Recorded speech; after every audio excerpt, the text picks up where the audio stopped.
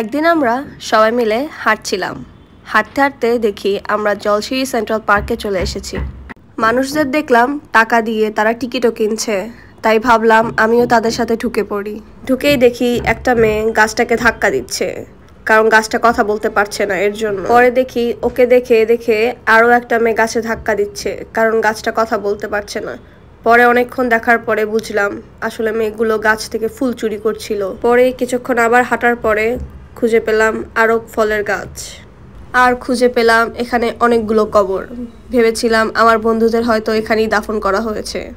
বন্ধুদের tata bye bye দিয়ে আমরা সবাই মিলে সামনে আগাতে থাকলাম। ঢুকে পড়লাম একটা জঙ্গলের ভেতর। দূরেই দেখা যাচ্ছে একটা বানর বসে আছে। ভাবলাম ওকে কিছু খাবার দিয়ে আসি। গাছগুলোর ওপর থেকে এভাবে পার হচ্ছিলাম। পরে মনে পড়লো আমি তো একটা ভদ্র মেয়ে, এভাবে পার হওয়া যাবে না, তাই ঘুরে গেলাম। মনের আকাঙ্ক্ষা জাগলো পাগুলোকে এভাবে নাড়াই, তাই নাড়াচ্ছি।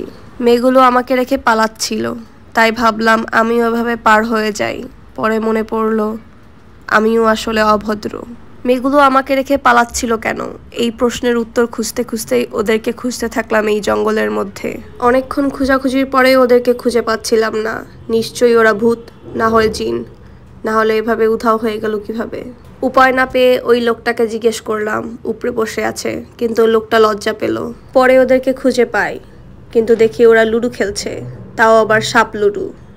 ওদেরকে ধরে এনে বললাম আমায় কয়েকটা ছবি তুলে দে, আর আমি কয়েকটা পোজ নিতে থাকি।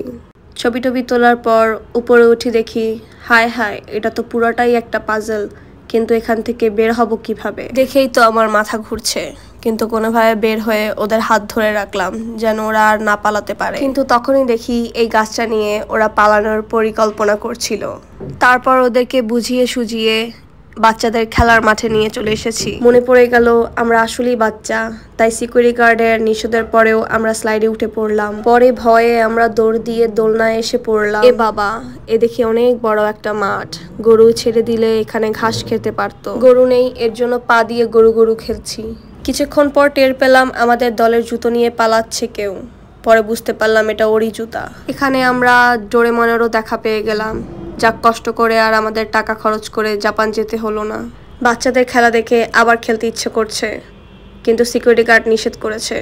সিকিউরিটি গার্ডকে কিডন্যাপ করতে হবে বুঝতে পেরেছি। তখনই দেখি একটা মেয়ে ডোরেমনের ব্যাম্বো কপ্টারের মতো ঘুরতেছে।